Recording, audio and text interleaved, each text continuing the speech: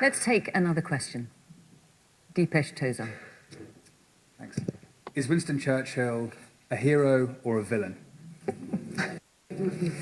Now, this, of course, comes about yesterday. You'll be well aware of this, Lisa.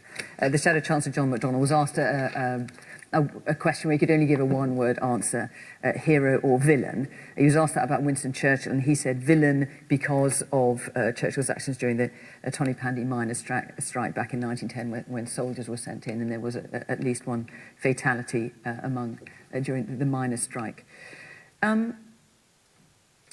Grace, what's your view? Well, I can understand that Winston Churchill is close to people's hearts. He clearly played an incredibly important role, a leadership role, bringing the country together during a moment of national crisis, the kind of existential threat to the UK, and he made a series of very good decisions, and he stood up to fascism.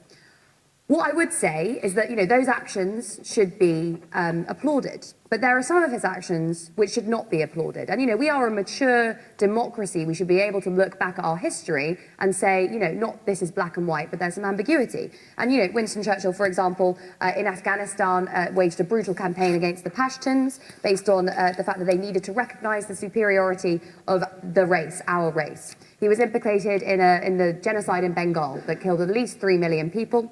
And in Kenya, for example, 150,000 people were put into concentration camps in what have been called Britain's gulags. He fought the Nazis, but he had very little issue with the concentration camps the British used in the Boer Wars. He said that he had no problem with gases being used against uncivilized tribes. These are all things that have no place. No one on this panel would be allowed to get away with advocating these measures or having these views. And we need to be able to look back and actually think clearly about whether or not that is someone that we want to turn into a hero. And even then, even without all of that, should we be looking at war and saying the man at the top who is making all the decisions is the one that we're saying is a hero? But so would you call him a hero or a villain? Millions of people who died. I don't ascribe to this view that history is driven forward by great men, some of whom are heroes, some of whom are villains. What was the question? In fairness, what would you call it? Well, I wouldn't have responded because it's a silly question. It's not wars. Sorry, Deepesh. Sorry about that. Not your question, Deepesh. The question that was asked to John McDonnell. Because who died in these wars? Who lost their lives, limbs, arms, legs, came back with really severe mental health problems? These were our ancestors who fought and died on those battlefields. They're the real heroes. They made the real sacrifices. Let me just say that John McDonnell has added to his comments today and said that Churchill was obviously a hero during the Second World War. There was another side to Churchill, and then, of course, he referred to Tony-Pandy. Nicholas Soames, the Conservative MP and, of course, grandson of Churchill, said, "I think my grandfather's reputation could withstand a publicity-seeking assault from a third-rate Poundland Lenin." That was his view. Lisa. So, with no hero or villain, with no disrespect to Deepesh, who's reflecting something that has consumed a lot of national debate in the last 24 hours, I really do think this is a stupid question, and I think this is why you're getting a stupid answer. And frankly, I'm sick to death of a political debate that tries to reduce things to yes or no, good or bad. But if it was a stupid question, he's the Shadow Chancellor. Why didn't he just knock it back like Grace did as a stupid question? He took the opportunity and we saw what he really thinks.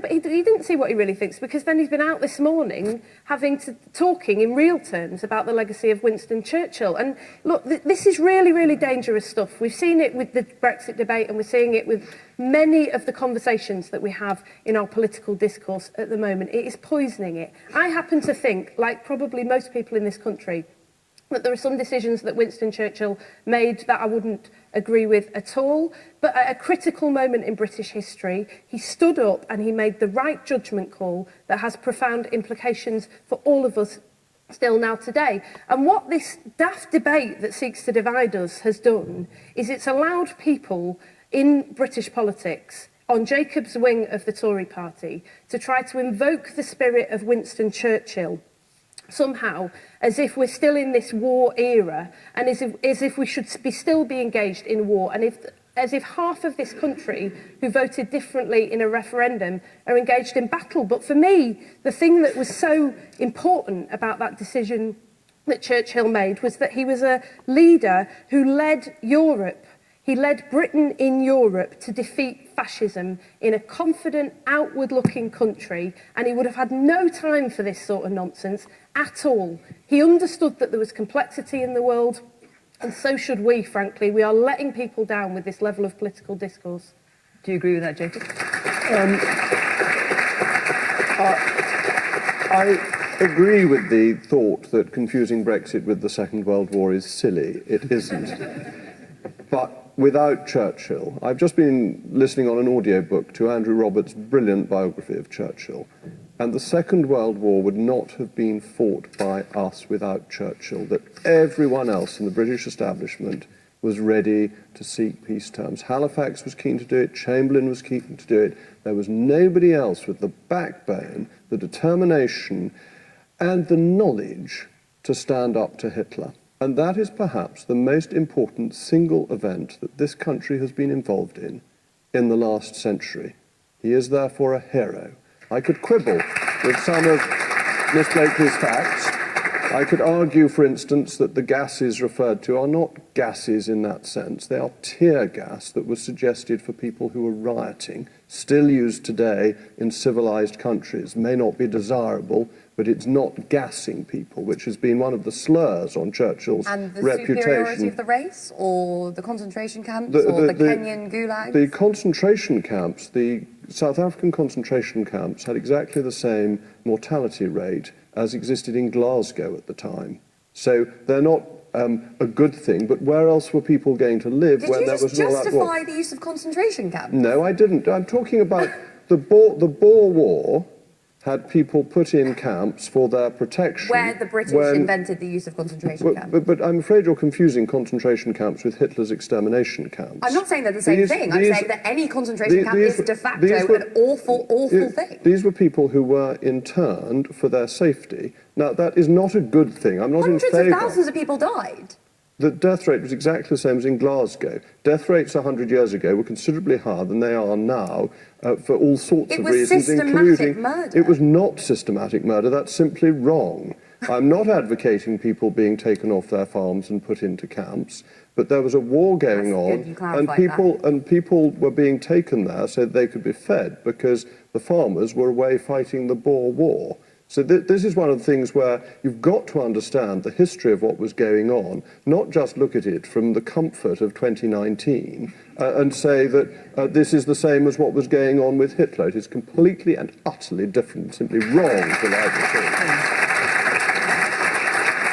Jimmy. At least these two agree about Brexit, so there's that. We certainly don't. I mean, I basically agree with the perspective that it's a stupid, political discourse should be nuanced, thoughtful, in-depth, fact-based. And I don't like, in the media and other places, a kind of a gotcha culture. Pose somebody a question knowing, that they're likely to answer in a certain way, or just to see if they will take one side or the other on something it's complicated and nuanced. So, I suppose what... And I do think, I agree also, John McDonnell could have knocked back the question. And that's the point, isn't it? 100%. I know, but then you say you're not answering the questions. I mean, this is the problem, is that if you ask a stupid question, you get a stupid answer. We don't have and this to. is Grace not didn't a answer clever it. question. Look, well, No, I'm not a and politician, he should have knocked again. it back. What happened was, I'm glad this happened in a way, because it was a reminder of who John McDonnell really is. We've had a strange little spell where you always get the sense when he smiles. There's nothing scarier than a John McDonnell smile, is there? I mean, you just get the sense. I'm sure he that, doesn't think so. No, he doesn't think so. No, I can respect who he is. I think we just need to be overt and clear about who he is. He's a very old-fashioned, hard left socialist. Some would say a Marxist. He was asked to, he's been doing this rounds where he's gone and he's met big business and stuff, and he's been pressing flesh, and there've probably been some quite firm handshakes, I'd imagine. But he's been trying to change the perception of himself. But he was asked to throw his mind back, right? And that's what you've got to do when you're assessing Churchill.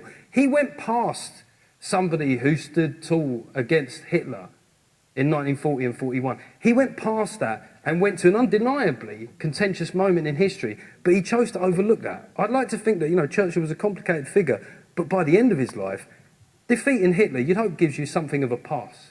At least I have to ask you, did you agree with that description of John McDonnell? No, I just think this is ridiculous. I mean, you're basically taking a question that was about Winston Churchill and whether he's a hero or a villain, and then trying to turn it into a question about whether John McDonnell's a hero or a villain. We've got to Well, we stop saw something about him through his answer, we've got to did we stop not? judging people in this ridiculous way. No, I Just don't listen mind to who what he is, people are but saying.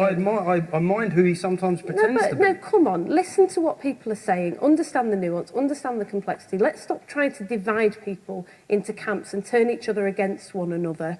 There were certain things that John McDonnell said yesterday in answer to that question, particularly around what had happened with the miners' strike, that actually are incredibly important to people in those communities still today. Didn't knock that back at all. You know what? I agree with you absolutely on the assessment about Winston Churchill stepping up at this critical moment in history, but surely you've got to understand that these things matter too, and that history is complex and it's nuanced and it deserves a better debate than this.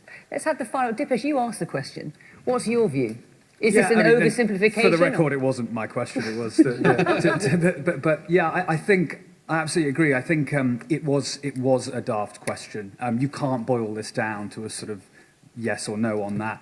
And I think to label Churchill a villain is to deprive him of all the fantastic things he did. But I do absolutely think that there needs to be an open, honest, and not overly sensitive debate about the nastier side of Winston Churchill and his legacy, as we've seen. But I think the bigger point here is that, you know, I think there is an element in our nation that we perhaps haven't quite grappled with and come to terms with our history and this sort of romanticized sort of view of the British Empire. I think, and